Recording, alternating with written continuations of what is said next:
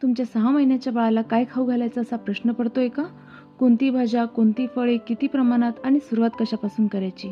म्हणूनच ह्या व्हिडिओमध्ये मी संपूर्ण 30 दिवस तुम्ही बाळाला काय पदार्थ खाऊ घालू शकतात त्याच्या 9 सोप्या रेसिपी तयार केल्या आहेत, ज्या बाळाला आवडतील आणि तुम्हालाही पटकन बनवता येतील.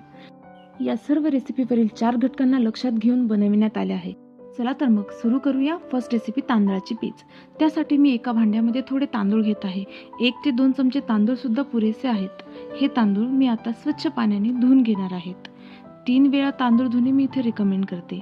आता गॅसवर मी कुकर ठेवून त्यामध्ये थोडे पाणी गरम करून त्यामध्ये हे धुतलेले तांदूळ आता टाकून देईल आणि 3 शिट्ट्या घेऊन हे तांदळांना अगदी मऊ होईपर्यंत मी शिजवून घेणार आहे.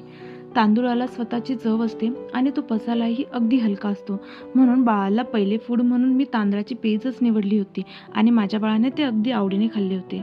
आता हा शिजलेला भात मी एका मिक्सरच्या भांड्यामध्ये काढून त्याला बारीक करून घेणार आहे.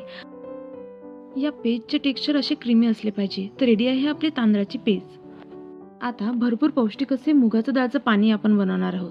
त्यासाठी एका ताटलीमध्ये मी 2 चमचे मुगाची डाळ घेत आहे आणि ही डाळ मी पाण्याने धुवून घेणार आहे.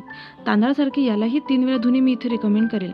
आता कुकरमध्ये थोडं पाणी गरम करून त्यामध्ये हे धुतलेले मुगाची डाळ मी इथे टाकत आहे आणि त्याला अगदी लुसलुशीत होईपर्यंत मी शिजवून घेणार आहे. यासाठी 3 शिट्ट्या पुरेशा आहेत बरं का, किंवा 4 ते 5 मिनिटंसुद्धा तुम्ही याला शिजवून घेऊ शकतात आणि याला अगदी मऊ करून घ्यायचं आहे आपल्याला. आता मिक्सरच्या भांड्यामध्ये टाकून मी याला बारीक करून घेणार आहेत आणि दाखविल्याप्रमाणे अशी कन्सिस्टन्सी होईपर्यंत मी त्याला बारीक करते आहे. तर तयार आहे आपलं मुगाचं डाळचं पाणी. आता आपण बनवूया ॲपल प्युरी. त्यासाठी मी आता सुरुवातीला एक ॲपल घेत आहे आणि त्याचे साल मी काढून घेणार आहे.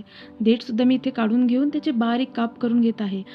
आता सफरचंदाचे तुकडे वाफवण्यासाठी मी ही पद्धत वापरते आहे, ज्यामध्ये एका कढईमध्ये थोडे पाणी टाकून त्यावर ही खोबरी किसायची जी किसणी असते त्यामध्ये मी हे सफरचंदाचे काप टाकून त्याला 5 ते 7 मिनिटं गरम वाफेवर वाफवून घेणार आहे. आता सफरचंद असे मऊ झाल्यावर मी त्याला मिक्सरच्या भांड्यामध्ये टाकून घेईल आणि त्याची स्मूथ प्युरी बनवून घेणार आहे. प्युरीचे टेक्स्चर असे असावे. आता आपण बनवणार आहोत बनाना मॅश, जे माझ्या बाळाचे अगदी फेवरेट आहे. यासाठी एक बनाना म्हणजे केळी मी घेत आहे आणि त्याचे साल काढून घेणार आहे अगदी व्यवस्थित. आता हे सोललेले केळे मी एका ताटलीमध्ये घेऊन आपल्या घरात असणारा फोकने मी त्याला अगदी बारीक मॅश करून घेणार आहे. लक्षात ठेवा, इथे कुठल्याही प्रकारचे लंप असता कामा नये, त्यामुळे बाळाला चोकिंगची शक्यता सुद्धा असते. त्यामुळे मी अगदी व्यवस्थित काळजीपूर्वक या बनानाचे अगदी मऊशीर असे मॅश करून घेणार आहे दाखविल्याप्रमाणे. नंतर अगदी मऊ झालेले हे बनाना मॅश मी एका वाटीमध्ये काढून माझ्या बाळाला फीड करणार आहे. माझ्या बाळाला हे खूपच आवडते. तयार आहे आपलं बनाना मॅश. आता आपण रागी पॉरेज बनवणार आहोत. आमच्याकडे याला नागली म्हणतात. हे नागलीचं पीठ मी एका भांड्यामध्ये घेऊन घेणार आहे आधी आणि नंतर हे नागलीचं पीठ मी एका कढईमध्ये गरम करून घेणार आहे. यासाठी मी कुठल्याही प्रकारचं तेल किंवा तूप वापरणार नाही आहेत, पण बाळ जसं माझं मोठं होईल त्यानंतर मी तुपाचा वापर करणार आहे सर्व पदार्थ बनवण्यासाठी. आता हे भाजलेलं पीठ मी एका भांड्यामध्ये काढून घेत आहे आणि यामध्ये थोडंसं पाणी टाकून मी याचे सर्व लम्स असे मोडून घेत आहे. नंतर मी गॅसवर एक कढई ठेवत आहे, ज्यामध्ये मी थोडेसे पाणी गरम करून घेणार आहे आणि त्या पाण्यामध्ये मी जे हे नागलीचं पाणी बनवून घेतलेलं होतं ते मी टाकणार आहे. लक्षात ठेवा, फक्त उकळत्या पाण्यामध्येच आपल्याला हे टाकायचं आहे बरं का. आता 5 ते 7 मिनिटं शिजल्यानंतर याची कन्सिस्टन्सी अशी होते. आता यावेळी आपल्याला गॅस बंद करून एका वाटीमध्ये हे काढून घ्यायचे आहे. लक्षात ठेवा, थंड झाल्यावर हे अगदी घट्ट होतं बरं का. तयार आहे आपली रागी पॉरेज. आता आपण कॅरट प्युरी बनवूयात. त्यासाठी एक गाजर मी घेतले आहे आणि त्याचे हाफ भाग करून घेत आहे. आता माझ्या बाळाला हे अर्धा भागसुद्धा सफिशियंट आहे. आता या गाजरला मी असे साल काढून घेत आहे, जेणेकरून बाहेरची कुठलीही माती किंवा डट त्यामध्ये जाता कामा नये. आणि हे सोललेले गाजर मी असे बारीक कट करून घेणार आहेत. आता हे गाजरसुद्धा मला वाफवून घ्यायचे आहे.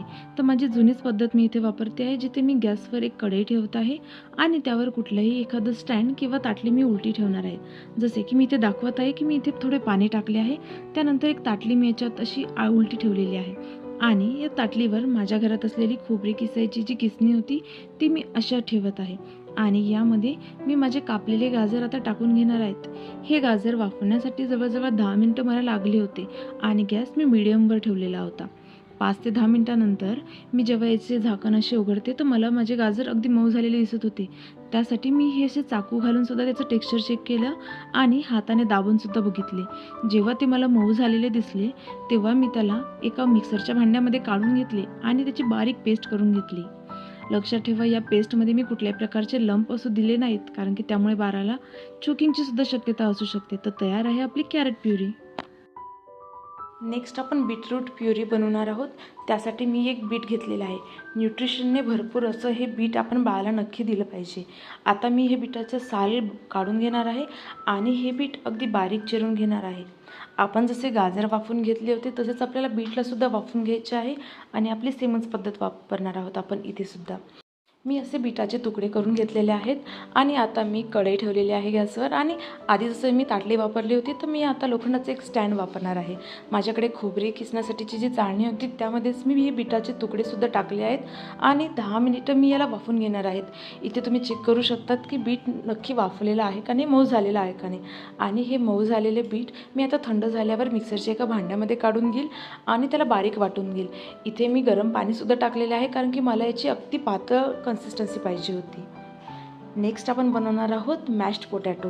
त्यासाठी मी इथे एक बटाटा घेतलेला आहे आणि मी त्याला कुकरमध्ये वाफवून घेणार आहेत. एक बटाटा मऊशीर शिजण्यासाठी मी त्याला 3 ते 4 शिट्ट्या देणार आहेत. तुम्हाला जर बटाटा कच्चा वाटत असेल तर तुम्ही त्याच्यापेक्षा जास्तसुद्धा त्याला वाफवून घेऊ शकतात. आता हा वाफवलेला बटाट्याचे मी साल काढून घेणार आहेत आणि त्याचे बारीक तुकडे करून घेणार आहेत. आता याला मला अगदी बारीक कन्सिस्टन्सीमध्ये पाहिजे आहे, त्यामुळे मी याला मिक्सरमध्ये वाटून घेणार आहेत. पण जर तुम्हाला ते थोडेसे जाडसर वाटत असेल तर तुम्ही याच्यामध्ये गरम पाणी टाकू शकता. आता आपण सुजी आणि बीटरूटची मिक्स अशी प्युरी बनवणार आहोत.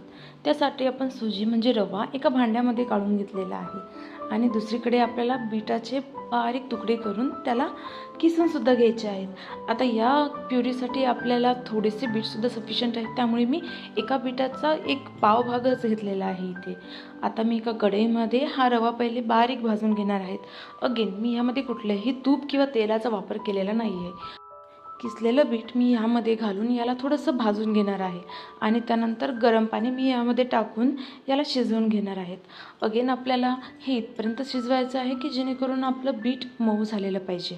त्यानंतर हे शिजलेलं रवा आणि बीटाचं मिश्रण मी मिक्सरमध्ये टाकून त्याची बारीक पेस्ट करून घेणार आहेत.